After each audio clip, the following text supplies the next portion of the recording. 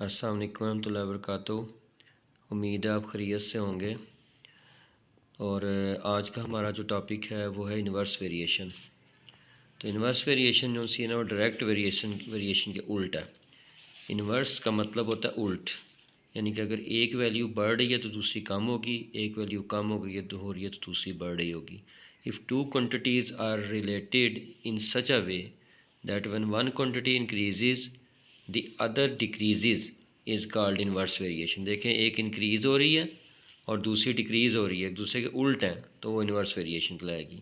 In other word, if a quantity y varies inversely regard to quantity x, we say that y is inversely proportional to x, or y varies inversely as x and is written as y proportional to 1 over x और y is equal to k over x। यानी कि जब proportionality sign ख़त्म कर देंगे तो ये देखें, ये प्रोपोर्शनलिटी का साइन है और दोनों एक दूसरे के इन्वर्स हैं।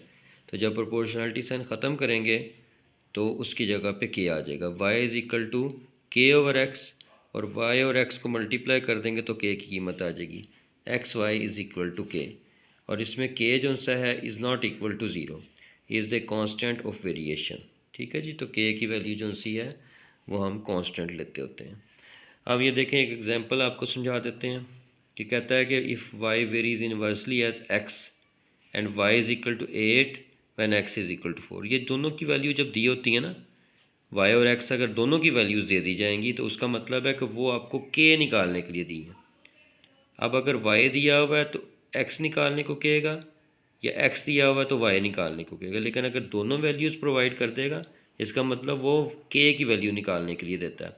अब देखें, यहाँ पे y भी दिया हुआ है, x भी दिया हुआ है, ये दोनों वैल्यूज़ हम पुट करेंगे तो हमारे पास k की वैल्यू आ जाएगी। Since y varies inversely as x, therefore y proportional to 1 over x, तो y is equal to k over x हो जाएगा। इसको मल्टीप्लाई कर देंगे तो x y is equal to k. अब आप x की कीमत लगाएं 4, y की कीमत लगाएं 8, तो ये आपके पास 32 आ गया। तो इसका मतलब k की कीमत आपके पास 32 आ गई। अब जब आपने निकालना है ना एक्स वाई, तो वहाँ पे k की वैल्यू जो सी है वो हम 32 लेंगे, x की वैल्यू दी हुई है तो y निकाल लेंगे। ये देखें, जो k की 32 होगी, x की 16 होगी, तो ये जो सी पहली इक्वेशन है, फर्स्ट इक्वेशन, इसमें वैल्यू पुट करें तो ये आ जाएगा k की 32 वैल्यू आ गई और x की वैल्यू 16 दी हुई है, दोनों को डिवाइड कर दें तो y की वैल्यू 2 आ गई। इस तरह से इसको सॉल्व करना है। और अगर आपको ये तो सिंपल दिया हुआ था ना एक्स वाई, अगर एक्स स्केयर दिया हुआ है कि y के साथ वेरी करता है तो फिर क्या करेंगे, उसी तरह से होगा, लेकिन सिर्फ x जगह पे क्या आ जाएगा, एक्स स्केयर, तो y is equal to k over x square हो जाएगा, तो x square y is equal to k हो जाएगा।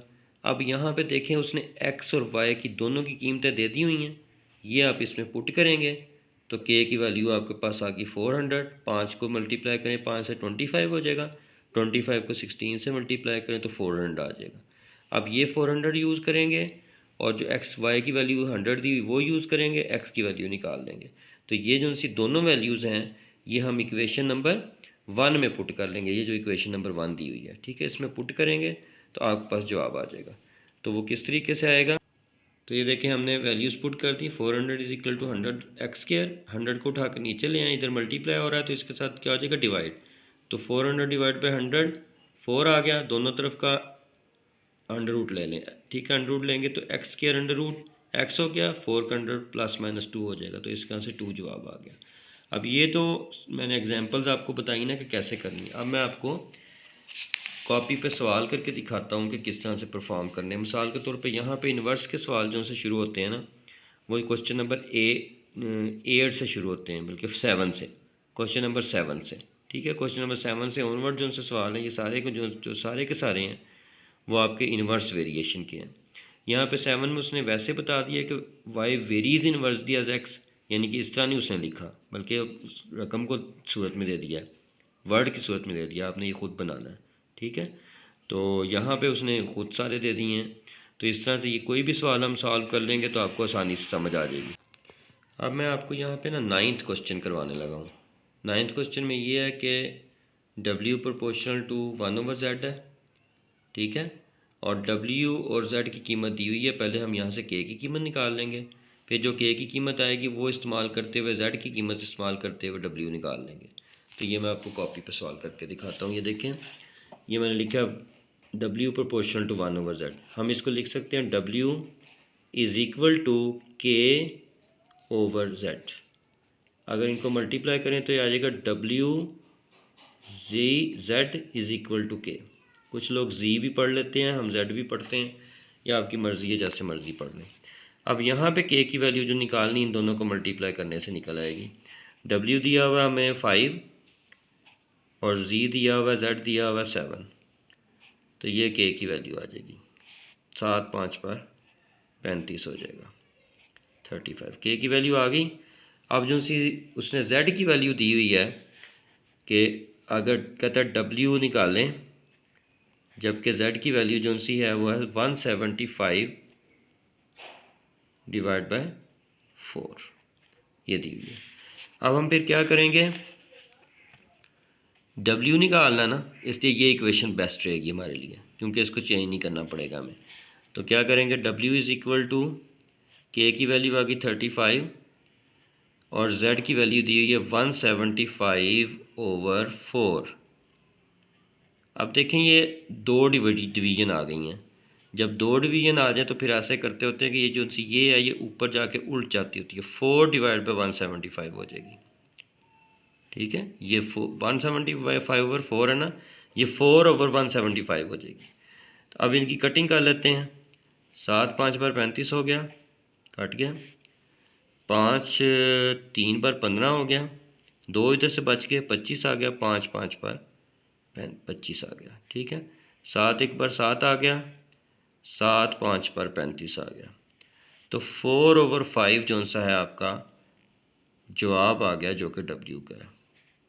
ये जनाब आपका जवाब आ गया। इस तरह से आप इन्वर्स वेरिएशन को कैलकुलेट करेंगे। अब ये सवाल तो हमने सॉल्व कर लिया है, लेकिन अगर वो ये कह दे अगर कि आप डब्ल्यू और जेड जो सा है ये के बगैर लिखें, तो फिर हम क्या करेंगे, के की वैल्यू पुट कर देंगे। अब जो के की वैल्यू 35 आई है ना, तो फिर हो जाएगा डब्ल्यू इज़ इक्वल टू के की जगह पे 35 लिख दें डिवाइड बाई जेड। तो ये आपके पास डब्ल्यू और जेड की फॉर्म में आ गई, इसमें के मौजूद एज सच वैल्यू की सूरत में तो मौजूद है, लेकिन वैसे मौजूद नहीं है। तो इस तरह से हम ये सवाल करते हैं जी। एक और सवाल मैंने आपके लिए लिखा है, v proportion to 1/r³। r³ का मतलब है कि r की वैल्यू को हमें 3 दफ़ा मल्टीप्लाई करना होगा। अगर हम इसको लिखें तो ये आ जाएगा v इज़ इक्वल टू के डिवाइड बाय r³, यानी कि v/r³ इज़ इक्वल टू के आ जाएगा। ठीक है जी, ये आपके पास एक इक्वेशन बन गई। तो अब यहाँ पे देखें v और r दोनों दिए हुए हैं, आप इसमें कीमत लगाएं तो k की वैल्यू आ जाएगी। इसमें v की कीमत कितनी है 5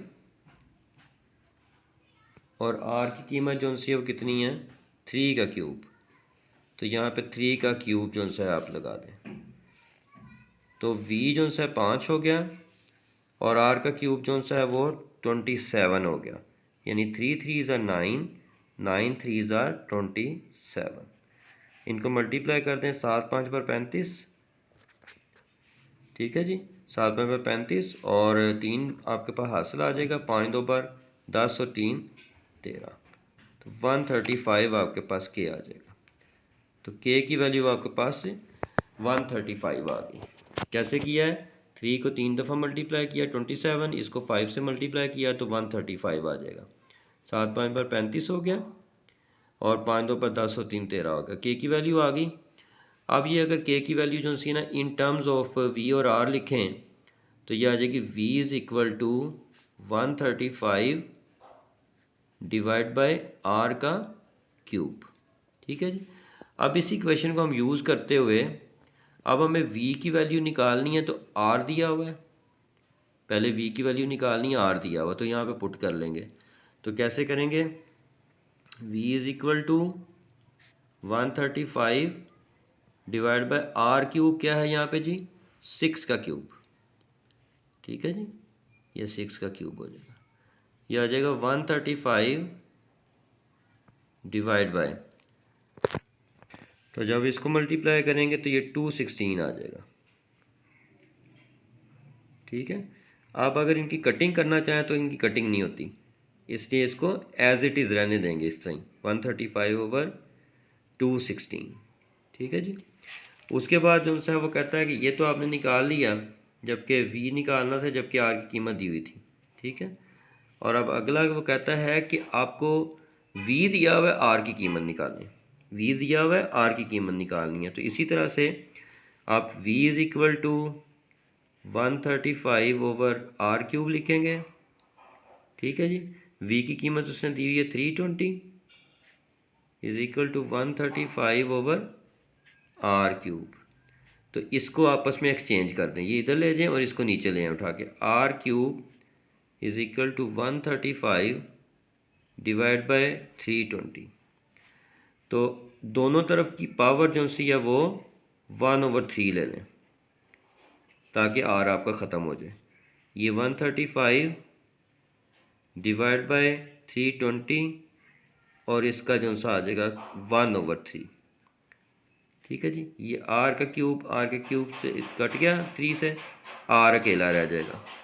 अच्छा जी, इसकी कटिंग कर लेते हैं पहले, फिर 1/3 करेंगे।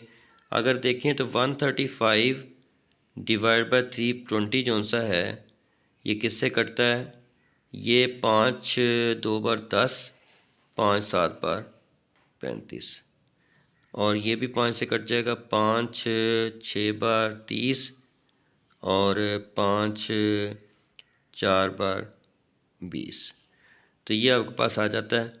इसको होल की पावर 1/3 कर लें तो ये आपकी कटिंग आ जाएगी जी 27 डिवाइड बाय 64, इसकी पावर 1/3 आ गई।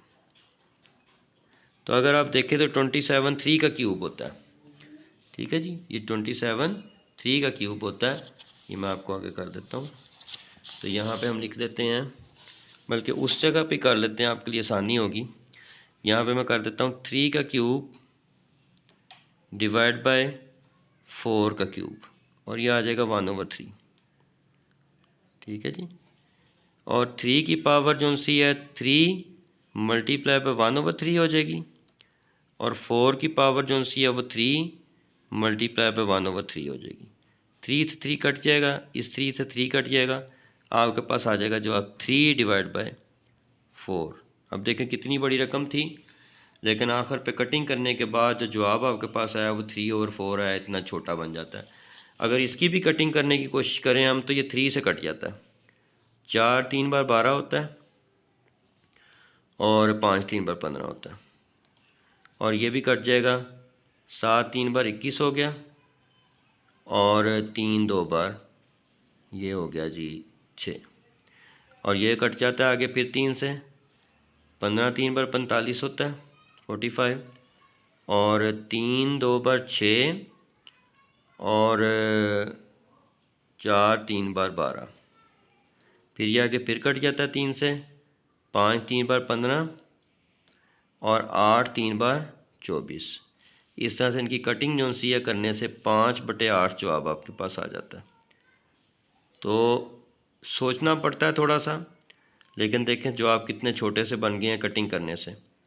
ये मैंने कैसे कटिंग की है दोबारा बताता हूँ। ये 3 पे कटा तो 45, ये 3 पे कटा 72, ये 3 पे कटा तो 15 आ गया, ये 3 पे कटा 24, ये 3 पे कटा तो 5 आ गया, ये 3 पे कटा तो 8 आ गया, 5/8 जवाब आ गया।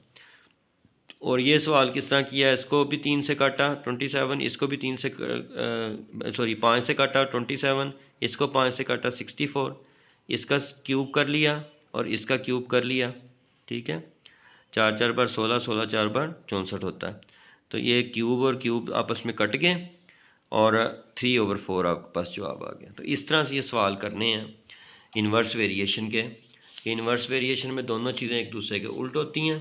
ठीक है, वो k/z आ गया जिस तरह, और उसके बाद k की वैल्यू जो उससे पहले निकाल के फिर वो k की वैल्यू और जो कीमत आपको दी हुई है वो पुट करके z की तो w निकाल लेंगे इस तरह से, और अगर k की वैल्यू पुट करके रकम लिखें तो वो ये बन जाएगी। इसी तरह से मैंने आपको 12वां सवाल करवा दिया है। ठीक है, तो उम्मीद है कि आपको लेक्चर समझ में आ गया होगा। तो बाकी जो सवाल हैं जो कि 7 से लेकर मैंने बताया था आपके पास 13 तक हैं, ये आपकी रिवीजन में है। आप मेरा लेक्चर जो है उसको सुन के समझ के तो आप ये सवाल कर सकते हैं। अगर आपको किसी सवाल की समझ ना आए तो लेक्चर को चला के तो उसके बाद उसको सुन के तो साथ साथ ये सवाल कर सकते हैं। अस्सलाम वालेकुम रहमतुल्लाहि व बरकातुहू।